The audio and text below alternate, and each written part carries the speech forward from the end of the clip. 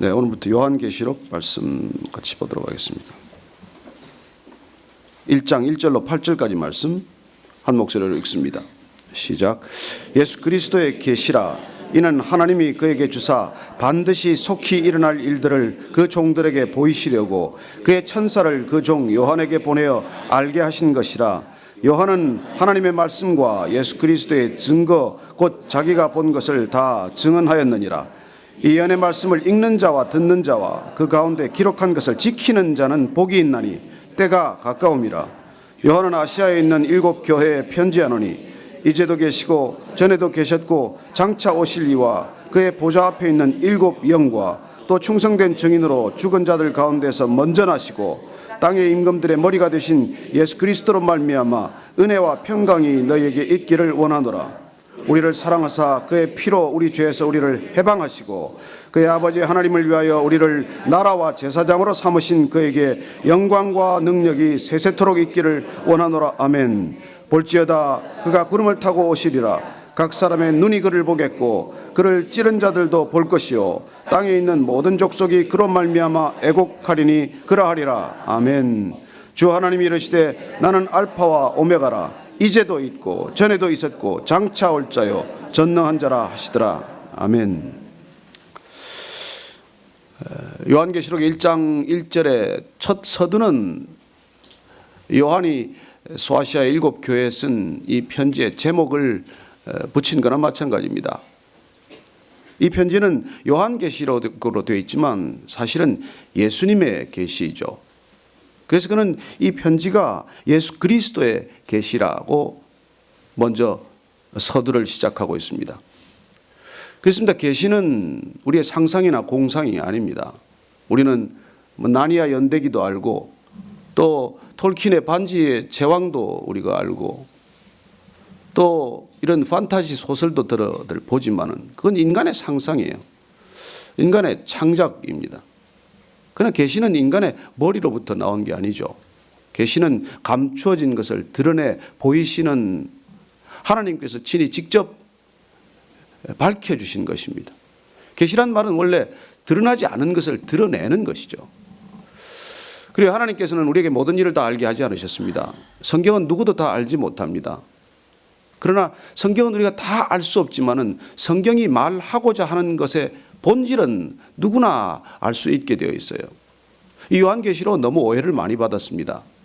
수많은 이단들이 요한계시록에서 자기들 주장의 근거를 찾았고 정당성을 이렇게 주장하는 그런 소재로 오히려 활용된 감이 있어서 정통교회에서는 이걸 너무 멀리한 감이 있죠. 아마 어쩌면 우리 모두가 요한계시록을 읽으면 부담스러울지 모릅니다. 그러나 이 요한계시록은 우리가 성경을 읽으면 창세기에서 시작하듯 반드시 요한계시록에서 맞춰야 하는 것이죠. 누가 영화를 보고 처음만 보고 끝을 보지 않겠습니까? 누가 영화를 볼 때 처음을 보지 못하고 끝을 제대로 이해할 수 있겠습니까? 창세기와 요한계시록은 마치 수미상관처럼 앞과 뒤가 분명히 맞아 있는 그렇게 조응하는 그런 책들입니다. 그래서 요한계시록은 어쩌면 이게 우리가 읽기에 부담스럽고 힘들고 잘 이해가 되기가 어렵지만은 오히려 어린이들이 이걸 읽고 더 분명히 깨닫는 일들이 들어있어요. 그래서 어떤 12살 난 어린이가 읽고 있길래 부모가 물었답니다. 너 그걸 뭘 읽고 아냐? 알지요. 이게 뭔데? 예수님이 이겼대네요. 그래요. 예수님이 이겼다가 이 책의 주제입니다. 예수님이 이기셨다는 거예요. 결론은 무엇입니까? 예수님이 이기셨다는 것입니다. 이 세상은 그 끝이 거창해 보이고 화려해 보이고 너무나 크고 웅장해서 우리가 그 앞에 있으면 왜소한 느낌이 들지 모르겠지만은 우리가 이 계시록을 읽어가면서 그 세상의 끝이 어떻게 될지를 보게 될 것이고 교회는 핍박받고 교회는 환난 가운데 있을지 모르겠지만 이 교회가 어떻게 영광스럽게 완성되는지를 보게 될 것입니다. 그래서 우리는 이 계시록을 기대와 소망 속에서 읽어야 하는 것이죠.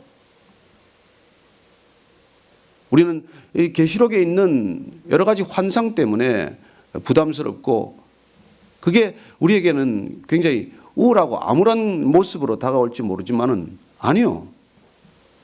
우리가 계속 읽게 되는 그런 거듭되는 환란, 7가지인의 환란, 대접의 환란, 나팔의 환란, 이런 것들은 이 세상, 하나님을 대적하고 거부하는 세상에 닥칠 심판입니다. 그걸 우리가 두려워할 이유가 없죠. 아니요. 그런 심판 끝에 올 새 예루살렘, 새 하늘과 새 땅, 그 완성된 교회의 모습에 대해서 우리는 차라리 소망하고 기대하고, 그리고 우리가 정말 기쁨으로 바라보아야 할 책 아니겠습니까? 그래서 이 계시록의 주제에 대해서 연구 많이 한 교수들도 많고 많은 분들이 설교했지만 아주 심플한 주제로 다들 압축하고 요약하고 있습니다. 이건 하나님께서 이 역사를 주관하신다는 것이죠. 그리고 하나님께서 예수 그리스도를 통해서 그 역사를 완성하신다는 것이 이 요한계시록의 주제입니다. 그리고 창세기에서 성서의 주제들, 성경의 주제들, 그런 씨앗들이 하나씩 뿌려지는 것을 보게 됩니다. 창세기에는 모든 것들이 시작이 되었어요. 거기에서 모든 것들이 어떤 것들이 시작되었는지를 우리는 창세기를 통해서 보게 됩니다. 그러나 요한계시록에 오면 하나님께서 그 모든 것을 완성하신다는 놀라운 구속의 계획을 보게 되는 것이죠. 여러분, 그러니까 끝을 알면 뭐가 두렵습니까? 끝을 알면 얼마나 편안한 마음으로 이 역사를 돌아보겠어요. 그래서 우리가 요한계시록을 읽는다면, 그리고 이 가운데 우리가 그런 은혜를 누린다면 놀랍게도 우리는 이 성경 속에서 어디를 읽더라도 끝을 알고 보는 것이죠. 마치 연속극이나 드라마를 우리가 다 보고 끝을 알고 리와인드에서 보든지 그 전회를 보든지 그렇게 볼 때 우리가 전체가 일목요연하게 드러나듯이 우리가 요한계시록 그 결론 끝을 알면은 성경에 어디를 읽더라도 그 끝을 향해 있는 하나님의 구원의 역사에 이 시점이 어느 시점에 해당하는 것인지를 보다 확연히 알게 되는 것이죠. 그래서 요한계시록은 우리에게 얼마나 정말 힘을 주고 위로를 주고 소망을 주는 책인지 모릅니다. 또한 우리가 이 요한계시록을 통해서 알 수 있는 것은 반드시 핍박이 있다는 것입니다. 예수님이 핍박 받으셨는데 누군들 예수 따르는 자들이 핍박 안 받겠습니까? 그러나 이 계시록을 통해서 우리는 핍박을 받지만 그 핍박의 끝이 어떤지를 보기 때문에 그 핍박을 이길 수 있는 담대함이 주어진다는 것이죠. 또 한 가지는 세상에 유혹들이 있겠지만은 그 유혹을 우리가 이길 수 있는 힘도 이 계시록을 우리가 따라가면서 저는 넉넉히 받으리라고 믿습니다. 우리에게 오는 어려움들이 있고 우리를 유혹하는 세상의 유혹들이 끊임이 없지만은 그 핍박과 유혹을 다 같이 이길 수 있는 게 이 계시록이 주는 능력이고 힘이 되는 것이죠. 또 한 가지는 우리가 오늘 이 계시록을 통해서 얼마나 많은 이단들이 있습니까? 얼마나 많은 사이비 집단들이 일어나고 있습니까? 저는 저와 여러분이 이 계시록을 통해서 우리가 하나님께서 의도하신 분명한 구속사 그 드라마의 끝을 우리가 알게 된다면은 어떤 이단도 우리가 혼동스럽지 않을 것입니다. 어디서 빗나갔는지, 무엇에서 잘못됐는지. 그래서 어떤 의미에서 보면은 이단들은 이걸 너무 지나치게 해석하고 지나치게 다룬 반면에 정통적인 교회에서는 이걸 너무 다루지 않음으로 해서 오히려 더 많은 오해를 증폭시키고 말았습니다. 저는 여러분들이 이 다음 달 말까지 계속되는 이 요한계시록을 우리가 빠짐없이 같이 따라가면서 역사의 끝을 보고 우리가 지금 이 불완전한 교회, 어렵고 힘든 교회, 점점 더 어려워질 교회, 점점 더 세상으로부터 핍박이 닥쳐올 이 교회가 완성된 모습은 어떤 것인지, 우리가 어디를 지향점으로 바라보고 가야 하는지, 거기에 대한 그런 거룩한 열망이 있었으면 좋겠습니다. 오늘 1절 말씀 한번 다시 볼까요? 시작. 예수 그리스도의 계시라 이는 하나님이 그에게 주사 반드시 속히 일어날 일들을 그 종들에게 보이시려고 그의 천사를 그 종 요한에게 보내어 알게 하신 것이라. 요한은 하나님의 말씀과 예수 그리스도의 증거 그 자기가 본 것을 다 증언하였느니라. 그리스도의 계시는 하나님이 그 사도 요한에게 반모섬에 있는, 지금 이 당시는 되게 도미티안 황제 시대로 보고 있습니다만 점점 핍박이 이렇게 거세질 때죠. 네로 황제 때만 하더라도 로마의 화제를 빌미로 핍박이 시작이 됐지만 극심한 이 핍박은 갈수록 더해지는 것이죠. 그 시대에 요한이 반모섬에서 정말 이 하나님을 향한 열망과 그리고 핍박받는 교회를 위한 애틋한 간절한 마음으로 아마 그는 기도했을 것입니다. 그 기도 중에 본 환상이라고 믿습니다. 그런데 이것은 하나님께서 주실 때 그에게 알려주십니다. 반드시 일어날 일에 관한 것이라는 거예요. 그리고 속히 일어날 일에 관한 것입니다. 그런데 우리가 이 속히라는 것 때문에 많은 사람들이 이 시험에 들었어요. 도대체 속히라고 하시더니 2000년이 지난 지금까지 왜 주님은 다시 오시지 않느냐는 것이죠. 그래서 우리가 이 속히라는 말에 대해서 조금 더 성경적으로 우리가 알아볼 필요가 있습니다. 요한계시록에 있는 많은 내용들은 사실 3분의 2 가까이가 구약적 배경을 가지고 있습니다. 그래서 우리가 구약의 배경을 모르면은 사실 요한계시록을 정확히 해석하거나 이해하기가 어려운 것이죠. 사도 요한은 구약의 정통한 사람입니다. 그가 보고 쓰고 있는 이 상징적인 표현들조차도 다니엘서나 에스겔서나 스가랴서나 그 예언서에 나오는 예언들, 그 구약적인 환상들을 소재로 비롯하고 있기 때문에 우리가 구약에 지금 읽고 계시지만은 그 구약들을 읽어가고 거기서 우리가 얻었던 씨앗들이 여기 다시 발화하고 있고 그리고 그 씨앗들이 열매 맺는 것을 보게 됩니다. 속히 오신다는 이 표현은 무엇일까요? 우리가 한번 다니엘서 2장 말씀을 한번 찾아보겠습니다. 다니엘 2장 한번 가보시죠. 2장 28절 말씀 한번 보시겠습니다. 다니엘서 2장 28절 구약 1234쪽입니다. 찾으신 분 같이 읽겠습니다. 다니엘서 2장 28절 오직 은밀한 것을 나타내실 이는 하늘에 계신 하나님이시라. 그가 느부갓네살 왕에게 후일에 될 일을 알게 하셨나이다. 왕의 꿈 곧 왕이 침상에서 머릿속으로 받은 환상은 이러하니라. 여기 중요한 단어는 후일에라고 하는 단어입니다. 이 후일에는 정확한 뜻은 the last day예요. 마지막 날입니다. 여호와의 날입니다. 주의 날이라고 계속 구약 전체를 통해서 예언서를 통해서 반복되는 말이에요. 여기는 후일이라고 번역이 됐지만 그리고 이 후일에 될 일을 알게 하셨다는 것은 이 후일은 전부 메시아의 오심과 관련이 된 것입니다. 라스트 데이란 메시아가 오시는 날이에요. 그런 뜻에서 다니엘이 말했던 이 후일의 예언은 이미 성취되었습니다. 이 땅에 메시아가 오심으로 예수님께서 처음 이 땅에 오심으로 그 예언은 성취되었어요. 그러나 예수님이 다시 올 때까지의 재림의 기간은 우리가 지금 살고 있는 이 교회 시대입니다. 그래서 종말은 이미 예수님이 오심으로 완성을 향해서 이미 시작이 되었고 예수님이 다시 오셔서 완성이 될 것입니다. 그렇다면 우리가 신학적으로 볼 때 예수님께서 처음 오셨던 메시아가 이 땅에 처음 오셨던 것과 다시 오실 사이의 이 기간이 곧 종말의 기간에 해당된다는 것을 알 수 있습니다. 그래서 이미 우리는 종말의 시대를 살고 있는 것이고 이 예수님의 초림과 재림 사이에 일어나는 모든 일들은 속히 곧 일어날 일들로 표현되는 것입니다. 여러분 얼마나 다행입니까? 2000년 동안 우리를 기다리게 하시고 아직도 구원의 계획을 거두지 아니하시고 그러나 이제 마지막 완성을 바라보면서 속히 우리가 오신다는 이 믿음이 그리스도인들의 이 절박한 믿음의 근거가 되는 것입니다. 우리는 언제든 오늘이건 내일이건 주님 오신다는 그런 속히 오신다는 마음, 종말론적 세계관, 그리고 주님이 다시 오시고야 만다는 그 완성을 향한 놀라운 하나님의 계획을 우리가 믿기 때문에 우리의 신앙의 자세, 날마다 우리의 신앙의 믿음의 자세는 속히 오실 주님을 기대하고 그 주님을 맞을 준비를 하는 것이 우리 신앙의 본질이 되는 것이죠. 그래서 이 속히가 우리가 말하는 뜻과는 조금 다르다고 해서 언제 오신다. 그래서 오강남이라는 신학자는 예수는 없다 하는 책을 통해서 하여튼 이상한 비유를 했더라고요.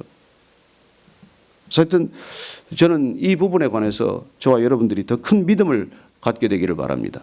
그분은 반드시 오시고 속히 오신다는 것이죠. 오늘 3절 말씀 다시 한번 읽습니다. 시작. 이 예언의 말씀을 읽는 자와 듣는 자와 그 가운데 기록한 것을 지키는 자는 복이 있나니 때가 가까움이라.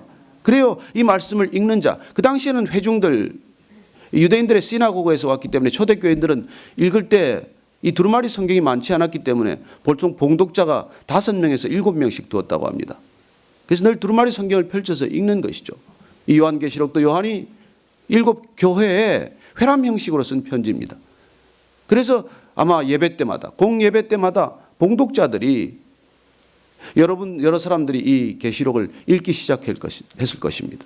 이렇게 읽는 자들, 듣는 자들, 그리고 그 가운데서 기록한 것을 지키는 자들은 복이 있다고 말합니다. 성경의 복이란 어떤 것입니까? 우리가 경제적으로 부유해지는 것, 우리의 인기가 높아지는 것, 사람이 드러나는 것, 그게 복이 있는 게 아니라는 것이죠. 복 있는 사람은 악인의 꾀를 쫓지 아니하고 죄인의 길에 서지 아니하고 오만한 자의 자리에 앉지 아니하고 오직 여호와의 율법, 그 말씀을 주야로 묵상하는 자라고 시편 기자가 기록했듯이 오늘 이 말씀도 우리가 그 말씀을 읽고 듣고 그러나 지키는 자가 복이 있다고 말하는 것이죠. 그렇습니다. 듣는 것과 행함이 함께하지 않는다면 그것이 무슨 믿음이겠냐고 야고보 선지자는 얘기합니다. 그리고 우리는 성경을 읽는 것과 듣는 것과 지키는 것이 별따로 따로따로 떨어진 행동이 아니라는 것이죠. 우리가 소리내어 읽는 것도 하나님께서 말씀하시는 음성을 내가 친히 듣는 것이고 그렇게 들은 말씀을 지켜내는 것, 살아내는 것이 복이 있다고 말씀하시는 것이죠. 4절 보면 요한은 아시아에 있는 7 교회에 편지하노니 이제도 계시고 전에도 계셨고 장차 오실 이와 그의 보좌 앞에 있는 7 영, 이렇게 되어 있는데 여기 지금 이 우리가 계시록을 읽어가면서 나오는 계속 7이라는 숫자는 완전한 숫자, 완벽한 숫자를 뜻합니다. 하나님께서 천지를 창조하시고 1회째 모든 것을 마치시고 쉬셨다고 하는 그런 데서 대개 우리가 비롯된 것으로 보죠. 그래서 7이란 완전한 숫자에 해당하는 것이고 더 모자람이 없는 숫자입니다. 반면에 666이라든지 이런 숫자는 완전을 흉내내지만 결코 충분할 수 없는 불완전한 숫자의 대명사나 되는 것이죠. 그래서 오늘 이 7 교회란 사실 우리가 에베소서 교회 또 서머나 교회 그다음에 버가모, 두아디라, 사대, 빌라델피아, 라오디게아 이 7개 교회를 말하지만 그러나 이 교회들이 단지 7개 교회라기보다는 그 당시에 이 교회를 통해서 보편적인 교회, 모든 교회를 염두에 두고 쓰신 편지가 되는 것이죠. 그래서 7 교회 편지했는데 오늘 이제도 계시고 전에도 계셨고 장차 오실리 그의 보좌 앞에 있는 7 영, 이 7 영에 관한 것도 이것도 우리가 조금 되돌아볼 필요가 있습니다. 한 번만 더 찾아보겠습니다. 스가랴서 말씀 한번. 스가랴서 4장 말씀이 있습니다. 스가랴서 4장.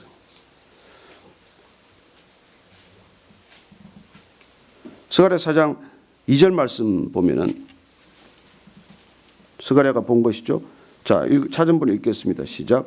그가 내게 묻되 내가 무엇을 보느냐? 내가 대답하되 내가 보니 순금 등잔대가 있는데 그 위에는 기름 그릇이 있고 또 그 기름 그릇 위에 7 등잔이 있으며 그 기름 그릇 위에 있는 등잔을 위해서 7 관이 있고 그 등잔대 곁에 2 감람나무가 있는데 하나는 그 기름 그릇 오른쪽에 있고 하나는 그 왼쪽에 있나이다.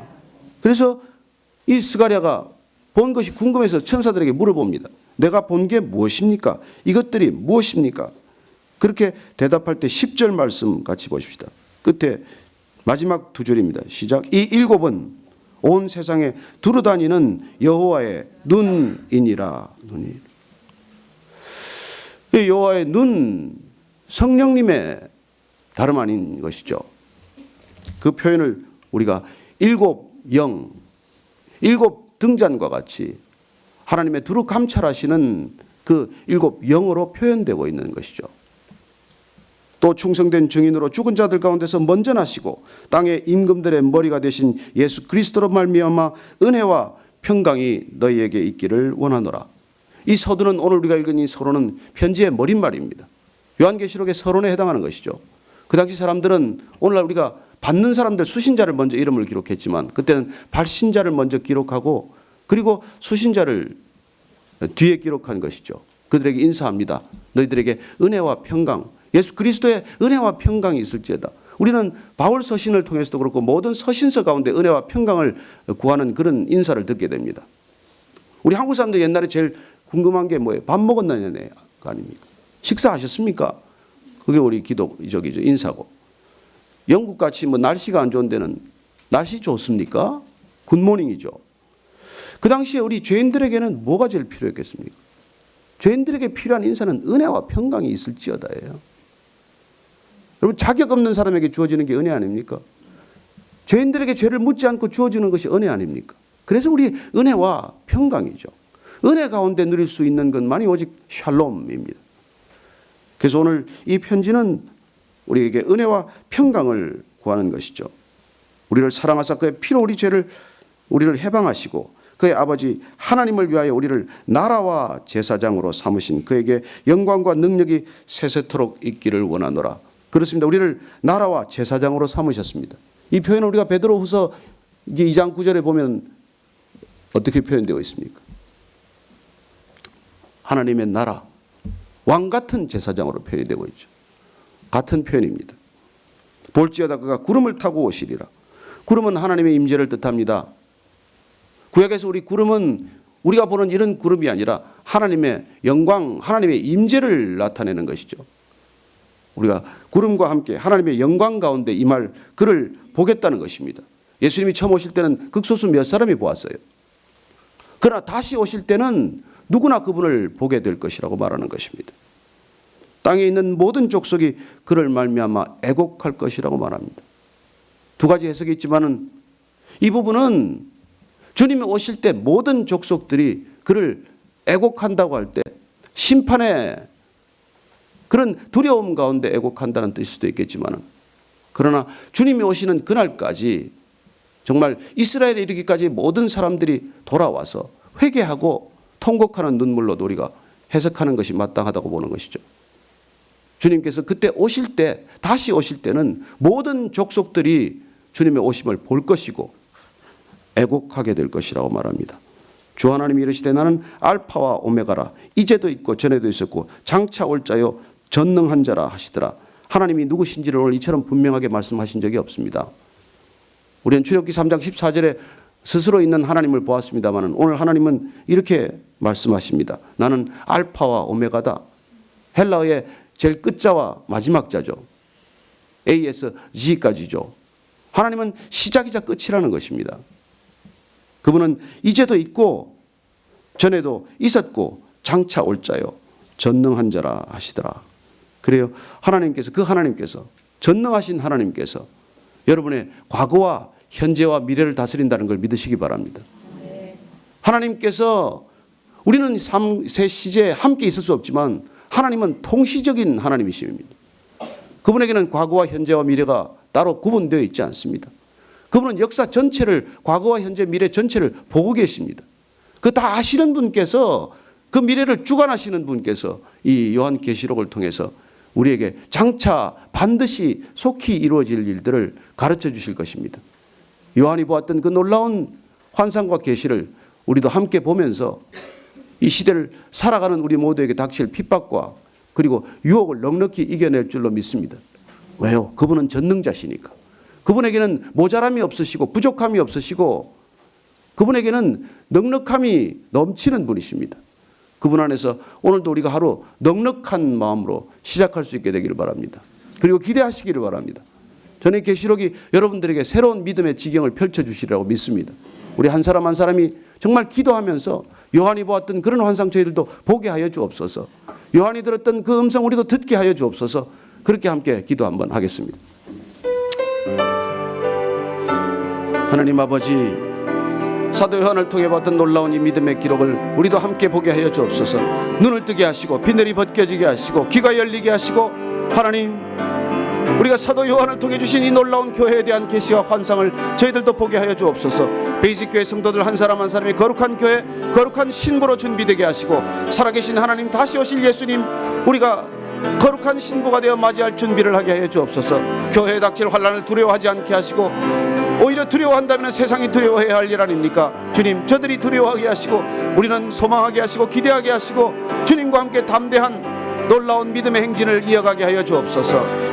그렇게 우리를 사용하여 주옵소서. 살아계신 하나님 아버지, 믿지 않는 자들이 두려워해야 할 이 계시록, 그러나 믿는 자들로서는 기대하고 소망해야 할 계시록을 따라가면서 주님, 우리에게 닥칠 핍박과 환난이 있다가 하더라도 담대함으로 이기게 하시고 주님께서 완성하실 그 교회의 놀라운 모습을 바라보게 하여 주옵소서.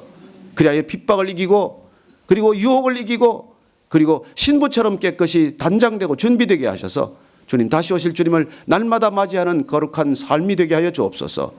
이제는 우리 구주 예수 그리스도의 은혜와 하나님 아버지의 무한하신 사랑과 성령의 기름 부으심이 이 아침에 다시 한번 사도 요한을 통해서 반모섬에서 그가 보았던 계시를 통해서 우리에게도 다시 한번 다시 오실 예수 그리스도를 바라보는 놀라운 환상을 보여주신 이 아침에 그 예수님을 바라보며 그 예수님께 우리를 드리기로 결정한 이 자리에 고개 숙인 모든 거룩한 신부들 위해 지금부터 영원까지 함께 하시기를 축원하옵나이다.